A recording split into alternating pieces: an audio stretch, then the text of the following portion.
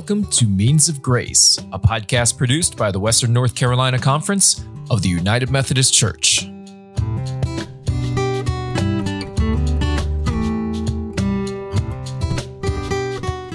Hi, I'm Caroline Wood, Director of Missional Engagement and Connectional Ministries for the Western North Carolina Conference of the United Methodist Church. On today's episode of Means of Grace, the Reverend Bruce Stanley will be joining me for a conversation about the Methodist Home for Children. We'll hear about the ministries there, the philosophy of care for the children that are under the care of the Methodist Home for Children, and we'll learn about the many services that they provide. Thank you for joining us today.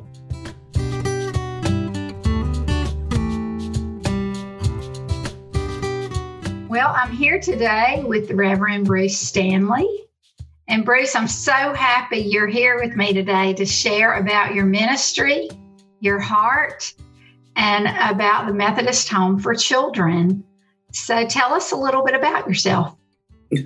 Well, I am a native of West Virginia, born and bred, and proud of that.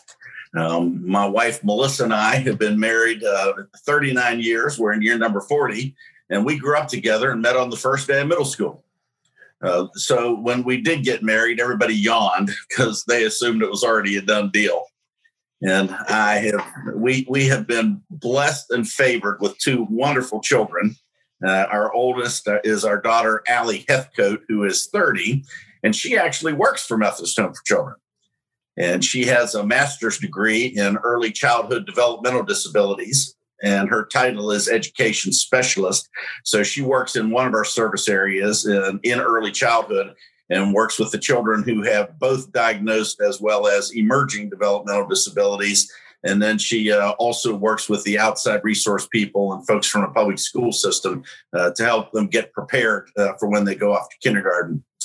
And she is married to Alan Heathcote, who works for Bandwidth in Raleigh.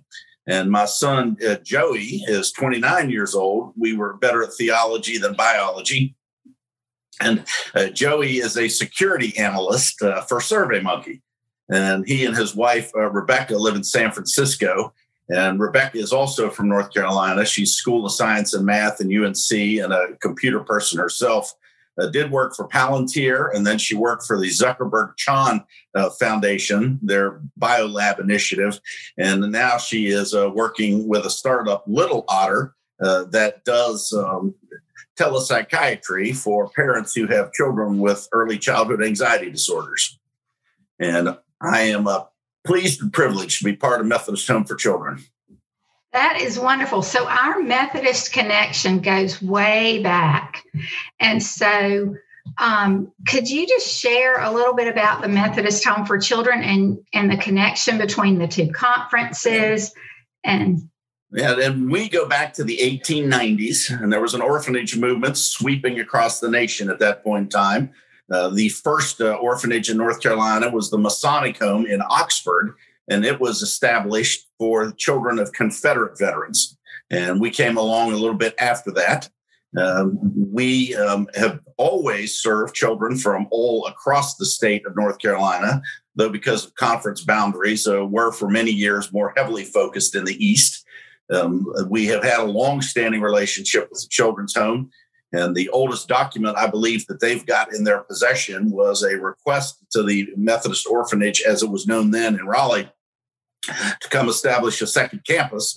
But the distance between Winston-Salem and Raleigh back in those days was, of course, the same, but transportation was not. There was still a dirt road and would have taken many, many hours to traverse. And so the wisdom was that we needed to have two different organizations. But through the years, we have enjoyed a great relationship with the Children's Home. And occasionally today, we still do referrals back and forth to each other's service areas. That's wonderful. Our Methodist connection is certainly strong. Can you share a little bit about the ministry of the Methodist Home for Children? We serve on an annual basis about 1,600 children, youth, and their families. In this day of COVID-19, it will be fascinating to see when the counting is done at the end of the year, how those stats have changed.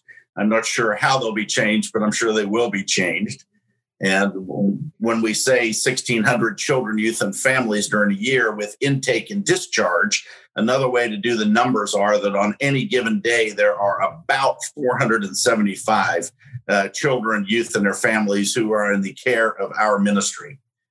And we have a service array that begins at birth that sometimes is a service continuum with children moving from one service area to the other. But at birth, we've got 2 early childhood programs that are both in Raleigh, the Barbara H. Curtis Center and the Jordan Family Enrichment Center, and they serve birth through kindergarten. And they are completely blended. And the research is fascinating that when you've got a completely blended environment and when you've got children from high-performing homes, educationally and economically, children from low-performing homes, children with developmental disabilities, medically fragile, and those who are typically developing, everyone benefits in that particular environment. And the outcomes for all the children, socially, emotionally, and educationally, are all great. And so these are 2 completely blended preschool programs.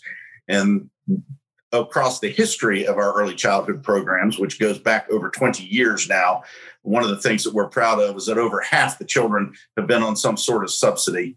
And so we take that missional imperative quite seriously. We also do foster care and therapeutic foster care, and we do adoptions out of the foster care system. And in a typical year, we will have about 20 children who are adopted out of the foster care system and find a forever family. We do work with in-home services, family preservation, family reunification, as well as some in-home substance abuse, and have worked with family drug court through the years. And the outcomes are much greater for children who are kept with their biological families than they are for those who are taken into care. And so we're always trying to prevent family fracture from occurring. And yet family fracture does occur, and we operate 14 residential facilities that really span the state of North Carolina. The saying of North Carolina is, of course, Murphy to Manteo, and we do that. Our westernmost group home is in Franklin. We also have residential facilities in Asheville, in Monroe, and we have 2 that are in Winston-Salem. And then the others are in the eastern part of the state, and those are for a variety of purposes. We are the largest contract provider for the state of North Carolina for the Division of Juvenile Justice for therapeutic residential alternatives for juvenile offenders. And so we operate 3 transitional living homes, one in Winston-Salem, one in Raleigh, one in New Bern, for offenders who are coming out of the youth prisons, known euphemistically as the youth development centers. And the state has deemed either that those youth do not have a home to which they can return, or else they've got a home that has been a toxic environment that produced the behaviors that landed them incarcerated and in the criminal justice system to begin with. And so we operate those 3. We also have 3 psychological crisis and assessment centers. And those are voluntary programs. And youth who are court involved come to us for 14 to 30 days before they go see a judge. And it is our hope and desire during that time to be able to do a deep dive within and to help the court understand what it is that's been causing these behaviors. And we hope to find a therapeutic, community-based alternative to keep these young people from being incarcerated. And one of those is in Asheville, one of those is in Winston-Salem, and one of those psychological crisis and assessment centers is in Butner. And then we have 2 residential programs in Jacksonville that are unique and serve children statewide. They are known as FACT Specialized Services, and those are for duly diagnosed teenagers. One group home for boys, one for girls, and then a day treatment program, which means that it is school for those who have mental and emotional problems. But all the residents of those homes have an autism spectrum disorder, and then an additional diagnosis beyond that. So they may have autism and may have cerebral palsy. They may have a spectrum disorder and then also have an emerging bipolar disorder. So it is a difficult and demanding population, but beautiful work. And then the remaining residential programs we have are called multi-purpose homes. And those are for juvenile justice. And the name is a little cumbersome, but it is accurate, for they are multi-purpose. And the youth that are in those homes, and we serve boys and girls together. We're licensed age 11 up through 18, but we have had children as young as 8 who have come for a short period of time. And we'd like to think an 8-year-old couldn't accumulate multiple felonies, but it does happen. But when the youth come to us in the multi-purpose homes, they are generally with us for 240 days. We do behavioral modification interventions, and our model of care, we teach 51 skills. And during the time that they are with us, they are also in school, and we have certified teachers in each one of our residential programs. And the average child who comes to us is 2 grade levels behind, which would probably not be a surprise. And in addition to having the teachers who are there, we have a family service specialist. So we are working with their family of origin. And that person's job is not really so much in the multipurpose home as it is out in the community. And they are trying to help the parents develop and put structures in place so that when the youth are discharged and released to them, that there's not a reoccurrence and that they aren't involved in criminal justice anymore. My word. So your ministry really spans from birth on into adult or young adulthood when you think about that age group there and all the services. And one of the most wonderful parts about Methodist Home, and I had no idea we did this before I came into the role as president and CEO, is that we have a lifetime commitment to put anybody who's been in a multi-purpose home or anybody who's been in foster care, anybody who's been adopted through at least 4 years of college. And if they keep a B average, we will pay for their master's degree also. And wow. And that's a remarkable intervention, because a child who has been raised through age 18 in the foster care system at age 21 is 5 times more likely to be in a jail cell or a homeless shelter than they are to be in a college classroom. And it's a beautiful and wonderful thing we're able to do. Almost anyone who attends church at all knows Matthew 25. And I argue that you can locate the work that we do throughout Scripture from the very beginning. I'm going to argue you can start in Genesis with us all being created in the image of God, and each one of us is a child of God. But certainly Matthew 25 is on point. When was I in prison? And when did you come visit me? And we are proud of the work that we do with juvenile justice. And one of the things that we are certain of is that these are not bad kids. In almost every case, they are simply mad kids. And generally, they don't really even know the source of their anger. They have got some frustration. They have not been taught how to live life for God or for good. And in cases where we've got children who are involved, frankly, in the buying and selling of drugs, normally it's marijuana and small level offenses. And quite frankly, a lot of the time they are just going into the family business. I was privileged to grow up in a small family-owned drugstore and stood behind the counter and watched my dad, who did the pharmacy work, and my mom, who did the books, and participated in that. And we have a lot of children who simply are doing what they have observed and what they have seen. These are not bad kids. These are mad kids. And you talked about an 8-year-old coming through. That was maybe the youngest you've seen come through the system that may have felonies, on up to 11, 12, on up. But can you talk a little bit more about the circumstances of these kids, or what might take them where they go? I will. And I want to give a shout out to William Lassiter. And Billy Lassiter is the deputy secretary for the Department of Public Safety, who's in charge of juvenile justice. And there ought to be a statue erected to Billy Lassiter somewhere, certainly in Raleigh and probably all across the state. Billy happens to be a Methodist, by the way, and he and his family are members currently at Asbury United Methodist Raleigh, which is up on Creedmoor Road. But one of the things that Billy has made certain of is that anytime a child 12 or younger is taken into custody and put into detention in the state of North Carolina, even though he is the deputy secretary and has thousands of people who are working for him, he insists on getting a phone call personally and wants the details and the information of that. And we got a phone call one evening that this 8-year-old was somebody who had been bullied, somebody who had been fat shamed in the school system. And quite frankly, she had really reached a breaking point. And one of her classmates during a recess period had been engaged in that threatening, bullying behavior. And when they turned their head, she looked around, and on the playground, there happened to be an object of convenience. And whether it was a brick or a rock, we don't know exactly what it was, but it was a stone of some sort. And she called his name, and he turned, and she smashed him in the face with it. And he suffered some broken bones. And so you've got an assault charge and an assault with a deadly weapon and a number of things that result of that. But we were called and told that they were going to bring her to us instead of taking her into a conventional detention center.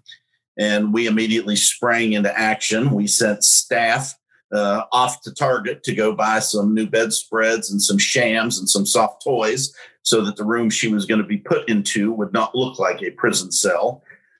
We locked the children, have locking doors at night, and it's not to lock the youth in, it's really to protect them and to keep them safe. But in this particular case, we took the locks off the doors and then went ahead and incurred the additional expense of hiring staff to remain outside of her door 24 hours as long as she was with us. And so she was with us for a brief period of time at our crisis and assessment center. We did send a family service specialist up to meet with her family of origin. And during that brief visit, they came back to us and said, we completely understand this behavior. After a short time talking with the family, it's clear that they use an awful lot of words that are hurtful and not many that are helpful. It's also clear that when they settle disagreements, it is usually done with the back of the hand or the fist. And so we had an assessment that we had done, and she went and stayed for a short period of time in the multipurpose home out in Franklin.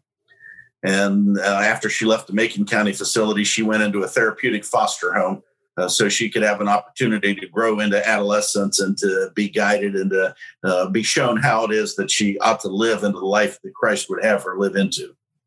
Oh, what a beautiful story of redemption and resurrection, to come out of a place where she had learned violence and learned that's the answer into your care. That's a big responsibility that you have. And you have mentioned, so environmental things, bullying, kids replicating behavior that they've seen, and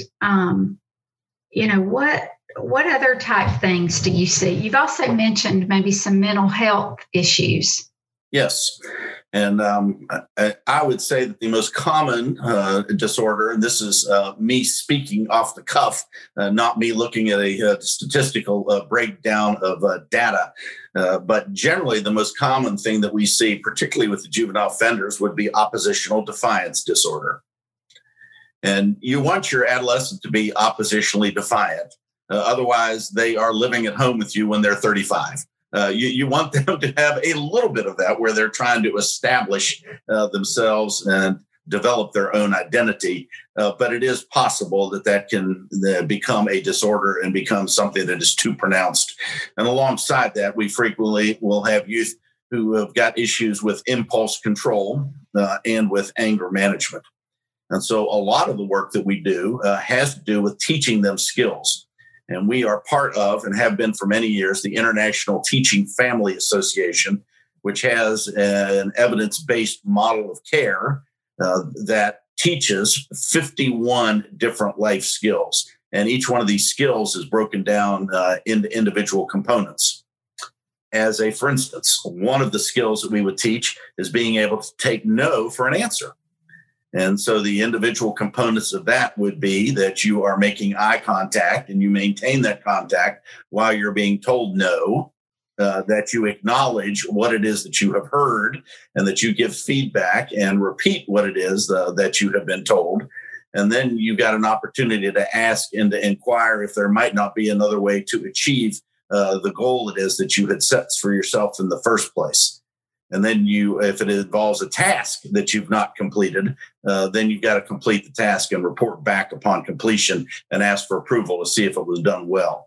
And so we are behavioral modification specialists, and we believe you can act yourself into a new way of thinking but it's impossible to simply think your way into a new way of acting. I believe there's a lot of research that's been done on that and proven time and time again.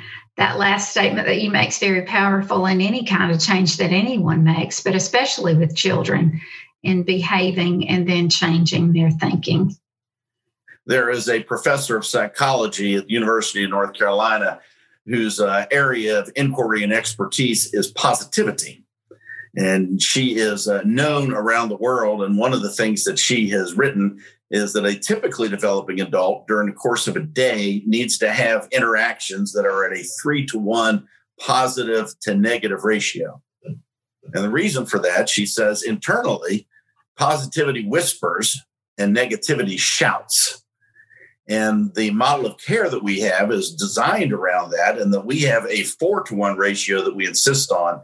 And for each child who's in a residential facility, and for many of those who are in therapeutic foster homes, we are insisting on 80 significant interactions a day. And then we log those and we monitor those to make sure that they are at a 4-to-1 positive to what we would call practice or corrective in nature.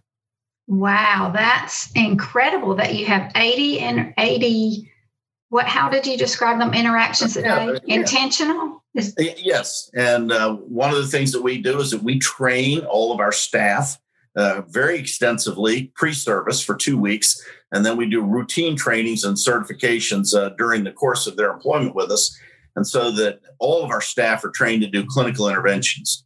We just don't send somebody off for an hour and go see the psychologist or go see the clinician. It is every interaction with every employee of the agency is an opportunity to be a teaching moment. Wow, that's awesome that everybody is trained to look at these children in a different way rather than just bad children. You know, I've heard lately you ask the question rather than why are they acting this way? What has happened to this person to result in this behavior? Absolutely. And the story, of course, that we get at intake is never the full story. And when children have been with us for a period of time, we learn more about them and more about what has transpired. And generally, there are some significant environmental issues, and these are children who are having to swim upstream against the current. And so you also mentioned foster care.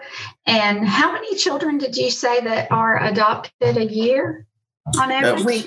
We have about 20 children a year that we will average who are adopted out of the foster care system. And we do routine DSS, social service foster care. And then we also do treatment or therapeutic foster care for children who have been victimized, those who have suffered trauma, or children who have themselves mental health disorders. And so we do all the types of foster care. For the therapeutic foster care, some of those referrals come from the mental health system. Some of those come from the court system. And we do take children through Department of Social Services also. It sounds like a whole lot of healing is going on through your ministry. Absolutely. And a couple of things that I want to share, if I may. One of the things when I'm talking about intake that we are able to do is that we do intake from clergy and from congregations. And there is no church that's a full service church. And no congregation can serve everybody, and we can't serve everybody. There are times, sadly, when we just simply either don't have the expertise or don't have the capacity. But we, from time to time, do get phone calls from clergy, generally Methodist, though not always, and have gotten some from people all across the state. We had one pastor that called because he was living in a rural area, and we know there's a tremendous disparity in North Carolina in access to health care in general, but particularly mental health. And there were no mental health facilities around. And he had a girl that was 15 years old who had been self-mutilating. She had been taking a razor blade and was cutting. And he knew well the limits of his capacity. He could counsel from scripture and provide pastoral care, but he knew that needed clinical capacity. And so he called us for help, and we were able to send staff to meet with the family and to meet with the girl and then help them devise a treatment plan as well as locate appropriate resources. We had a case of a 16-year-old who was arrested and put into a detention center. And the pastor called that night and he said, I understand you do an awful lot of work with juvenile justice. That's probably a facility that you have staff that are in and out of on a routine basis. And it sure would help me as pastor, and sure would help mom and dad if they knew that somebody within the Methodist Connection had spoken to the child and had laid eyes on the child. And can you all get there? And so we were able to be there the next day. And so one of the things that we want to make sure that all the Methodist churches in the state of North Carolina know is that we want to be a resource. And sometimes that will involve direct care. Sometimes it'll involve clergy doing consultation with some of our clinical staff. We've got a medical director, a psychiatrist, Dr. Lee Arcade. We've got 3 individuals who have doctoral degrees, 2 in psychology, 1 in education. And so we're always happy to have all those people available to consult and to serve if possible. And that we want to make sure everyone sees that we're not simply a social service agency, but we are Methodist at our core and part of that connection. You have intake from churches and pastors. How does someone just in the church become connected to your ministry? How can they get involved? How can they help? Yeah. And there are a variety of ways in which individuals are engaged. What we do really would be analogous to the work, I think, of the clergy. And some of it is so highly clinical. No one in a congregation, when you've got somebody who's in ICU, expects that everybody from the church is going to be able to go in and volunteer in the ICU. And so the pastor goes as a representative, or else a highly trained Stephen minister, or someone to embody Christ and to be there in person. But financial support enables that kind of work to take place. And when we do intake from congregations or other sources, we frequently don't have any funds attached to that. And so we're having to provide all of that by ourselves. And even when we do receive funds at the beginning of every year, for each one of those 1,600 children, youth, and families we're going to serve, we have to raise about that same amount of money for each one of those family units, about $1,600 for each one of the 1,600 families in order to cover the true cost of care. We have other ways in which people get involved. The 3 transitional living homes we have, when those youth emerge from their homes, we're getting them established in their own residences. And we've got other agencies that we work with, but we have some people, who have great interest in that. And they're saying, well, I would love to help furnish an apartment. And maybe somebody is looking at swapping out and redecorating their den because their furniture is 20 years old and that looks outdated to them, but it looks awesome to an 18-year-old who's established themselves for the first time. And the same thing would be true for somebody who's heading off to our educational program. They're going to need computers and software and all types of resources. So we do have a number of individuals that are engaged that way. And we do occasionally have people who are looking after individuals that are transitioning out of care as mentors. And some of that is through our education and learning program that we just don't provide tuition dollars, but we provide a full amount of support and require, in fact, that they meet regularly during each semester they're enrolled with a mentor to make sure that they're staying on track and that they're doing things according to plan.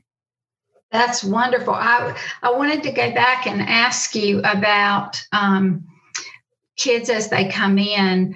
You mentioned that they are usually on average, 2 grade levels behind. And on the other end of that continuum, you make a commitment, a lifelong commitment to them for 4 years of college education. They maintain a B average, a master's degree. How do they catch up and move ahead? Yeah. And I hope every Methodist who's listening to this recognizes what a Wesleyan thing that is to do. And John Wesley said that knowledge and vital piety ought always to be joined. And the tremendous emphasis the Methodist Church has always had upon education is something that we try to model and exemplify. And one of the things that we do with those funds is that they really are broadly construed. And when we say, we guarantee at least 4 years of college, if someone comes to us and they're age 17 and they have been in a youth development center or maybe even in a mental health facility, and during that time, they've gone online, and there are a lot of online resources these days, of course, and have already graduated from high school or perhaps have gotten a GED if they want to enroll in community college. we're going to be completely supportive of that. And if it's somebody who wants to pursue a trade in HVAC, diesel mechanics, we are more than happy to facilitate that and to help people work along those lines. And so when I say that we've got a lifetime commitment, the oldest person that I am aware of that has been in our program is at 47 years of age. And it was someone who was with us in a group home when he was 15. And he had gotten into the program early on and had become an HVAC contractor. And he was his own business. And when he was in his mid-40s, he suffered a stroke, young to have such a debilitating event. But as he is lying on his back and wondering if he's ever going to recover, there was a man who was a nurse who attended to him and made him feel so comforted, and somebody that he related well to. And while he was lying there recovering, he cut a deal with God and said, if you'll make me strong and help me get up out of this bed, I promise I'm going to commit myself to a ministry of healing, just like this man has done and helped me. And so at age 47, he came to us and he said, I know you're all going to think I'm crazy. I know you think I'm an HVAC guy, but I want to go get an associate's degree in nursing because I want to help the great physician. And so that's a beautiful and wonderful tale, and how this sometimes works. Well, Bruce, this has been wonderful. What would you like for us to know about the Methodist Children's Home that we've not touched on, or that I may not have asked? Yeah, I would say two things. The first thing is that we are indeed a ministry. And our budget is about $22 million. And we take about 85% of that from state and county sources. And so we occasionally, and I should say not occasionally, frequently, I am faced with people who have made the assumption that because we have so many public dollars that we can't whisper or particularly say the name out loud of Jesus. And that couldn't be farther from the truth. When we bid on the multipurpose homes originally, for instance, my understanding is that we were the only entity that included spirituality as a core component of the therapeutic environment. And the powers that be, as they are making this decision, acknowledge what we would say is an obvious truth, that if you have not included spirituality, it is an incomplete therapeutic environment. And so we are officially and we are enthusiastically United Methodist, and we're proud of who we are. Just like every congregation, I hope, has their doors wide open on Sunday morning after a vaccine return is there, and lets anybody walk in who wants to come in. We, of course, are more than willing and happy to receive persons of other faith backgrounds and traditions, and want to be respectful of that. But as we are encouraging and respectful of that, we're being very, very clear, about who we are. And wanting to make sure we maintain that connection. And I do want to make sure that everybody has an opportunity to give and participate. We talked about that already, but we began a program several years ago to do some marketing about that funding gap called 1K for One Kid. And there's a whole lot of congregations that are going to feel like an apportionment is, well, we can't pay our apportionments. That's a number that's just way too large, or there may be some things that they think are beyond them. But almost every congregation can themselves do 1K for One Kid and feel good about participating in that. But it really is a pleasure and privilege to do this mission and ministry. And the thing that we need most out of everyone are prayers. The needs of these children when they come into care are so daunting. The demands that are placed upon these foster families and upon clinical staff are so significant that without the power of the Holy Spirit, we cannot succeed. And we need y'all to be on your knees and for everybody to join together in prayer for each one of these precious souls. Absolutely. Now, Bruce, tell us how people can find you on the internet. What is your website? What's an email address where they can connect with you, a phone number even? And our website are the agency's initials. It is MethodistHomeForChildren.org, since we're a nonprofit, not .com. So MHFC.org. And it ought to be quite clear if you get onto the website how it is that you can give. And my email, and I'd be happy for anybody to email directly, would be my first initial name. It is bstanley@mhfc.org. Great. That's how. So everybody listening, please check out this website and the wonderful stories that are there, the services, and make a good investment in the life of a child this holiday season.